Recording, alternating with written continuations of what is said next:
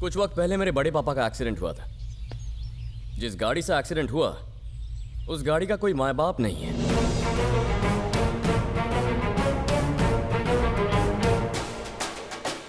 मुझे उन सब लोगों पर शक है जिनसे बड़े पापा की एक्सीडेंट से पहले बहस हुई थी। तुम भी उनमें शामिल हो। बस दुआ करो मेरा शक यकीन में ना बदल जाए राणा।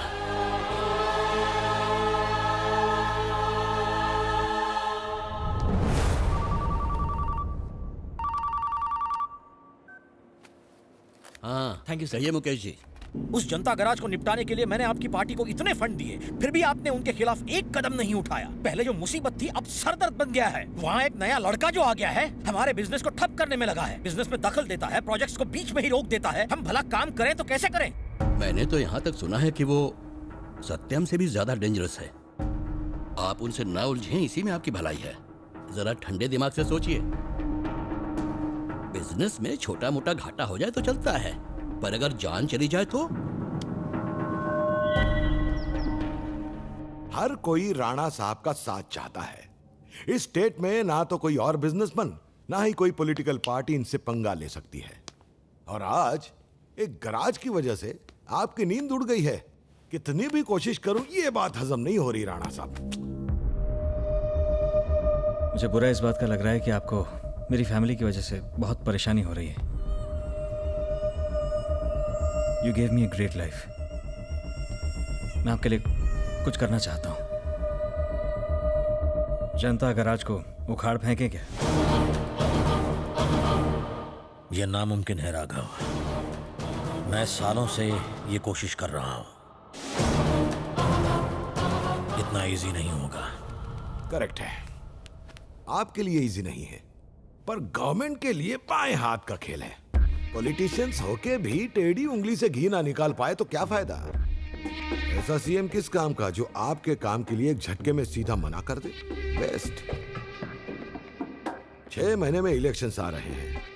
अगर आप उसे एक्स सीएम और मुझे सीएम बना दें तो शपथ लेने के तुरंत बाद ही 1 घंटे में उस गराज के लोगों और सारे कचरे को उठा के समुंदर में फेंक दूंगा। और ये कोई फेवर नहीं है। अरे भाई, आप है ही इतने खास आदमी।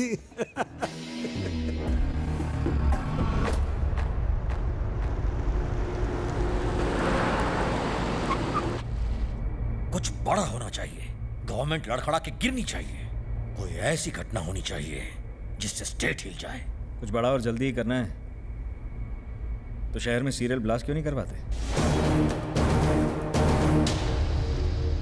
बहुत से लोगों की जान जाएगी। There will be a lot of chaos. Perfect. इस घटना के बाद गवर्नमेंट हिल जाएगी।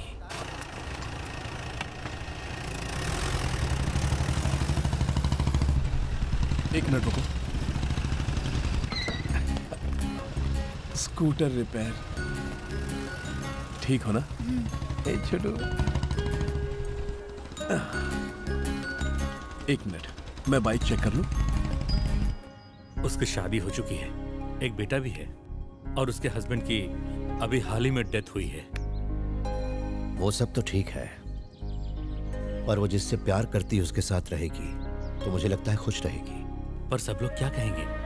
समाज इसे गलत समझेगा तो? समाज के लिए आप अपनी बहन की खुशियां क्यों कुर्बान करेंगे?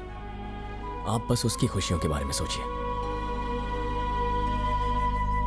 ये बहुत अच्छे इंसान है।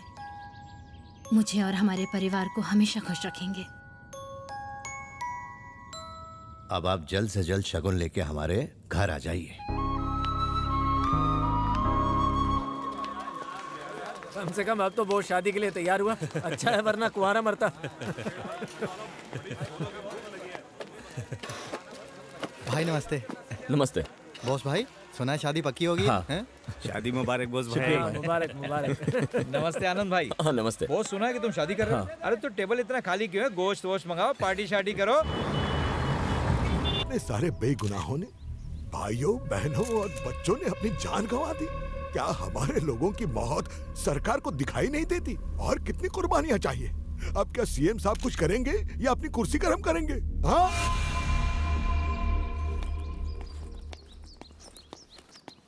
पहले नाश्ता कर लो, उसके बाद हम स्कूल जाएंगे। ओके, लाओ तुम्हारी टाई ठीक कर दो। बोस, मैं हूं ना इसका ख्याल रखने के लिए। मैं आदि को स्कूल भेज दूंगी, तुम जाकर अपने गैराज का काम संभालो, फिक्र मत करो।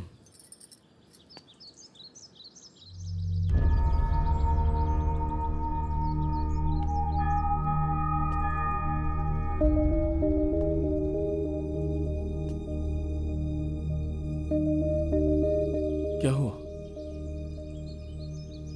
मैं ठीक हूं, ये है ना मेरे लिए, संभाल लूंगा। सतपाल, जल्दी एक कस्टमर आने वाले होंगे।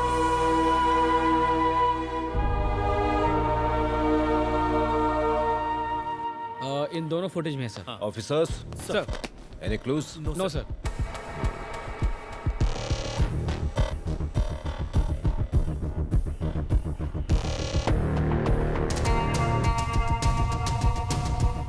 खान सर। पता लगाओ ये लोग कौन है। Okay sir.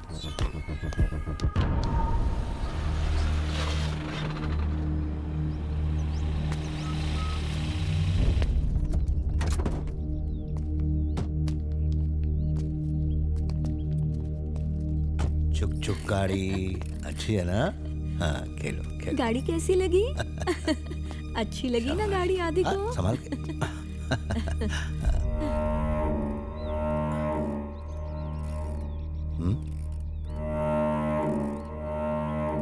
जरा बाहर आएंगे प्लीज।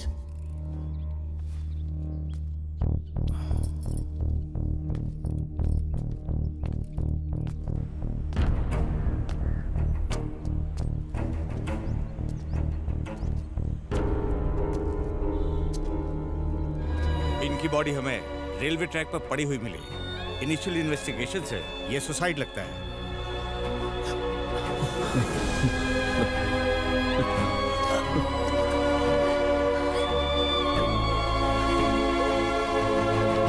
नो सर, ये सोचना सरासर गलत होगा कि ये एक टेररिस्ट अटैक है। ये बिल्कुल अलग तरह से प्लान किया गया है। इसमें इस्तेमाल हुए weapons completely different and strange हैं sir, very much local sir. मैंने इस शहर में आए हुए लोगों पर नजर रखी हुई है। मुझे ये बहुत बड़ी साजिश लग रही है sir. What do you mean? इस अटैक की प्लानिंग यही हुई थी सर। बहुत बड़ी गड़बड़ होने वाली है। मुझे शक है कि इस तरह के और भी ब्लास्ट हो सकते हैं, इसलिए स्ट्रॉन्ग इन्वेस्टिगेशन की सख्त जरूरत है। हमें ये होने से रोकना होगा। कोई भी जल्दबाजी में नतीजे पर पहुंचना कहाँ की समझदारी है ऑफिसर?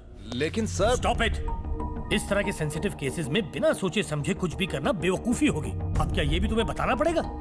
बिना किसी एविडेंस के अगर हमने कुछ भी कह दिया तो तुम जानते हो पब्लिक पैनिक हो जाएगी। Sir please trust me. Mister Chandrashekhar, इस तरह के हालात में अपनी पर्सनल राय थोपना डिपार्टमेंट की इमेज को खराब कर सकता है।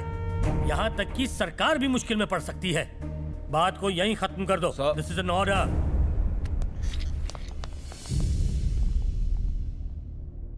यकीन नहीं होता कि वो सब हमारे बीच नहीं रहा। समझ में नहीं आता उसने ऐसा क्यों किया।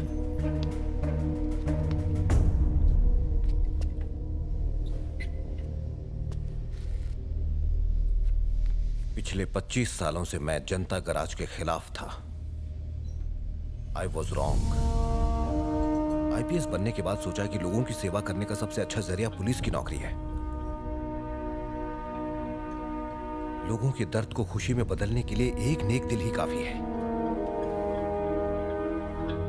मुझे हमेशा इस बात का डर था कि तुम यहां रहे तो तुम्हारी जान को भी खतरा हो सकता है, पर मैं ये कभी नहीं देख पाया कि ये गराज गराज नहीं, लोगों के दुख दूर करने वाला मंदिर है।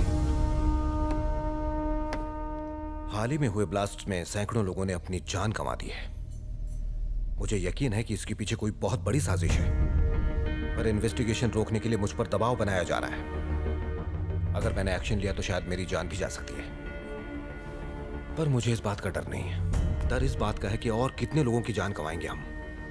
जब भी मैं इस बारे में सोचता हूं मेरा दिल दहल जाता है। जनता गराज में न जाने कितने लोग मदद मांगने आते हैं। पुलिस आज बेबस होकर जनता गराज के पास मदद मांगने आई है।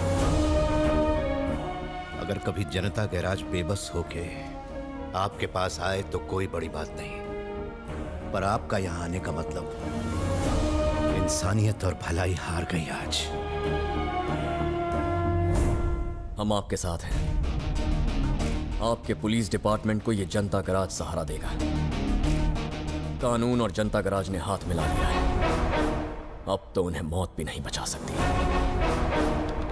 शहर के हर क्रिमिनल पर हमारी नजर बनी हुई है।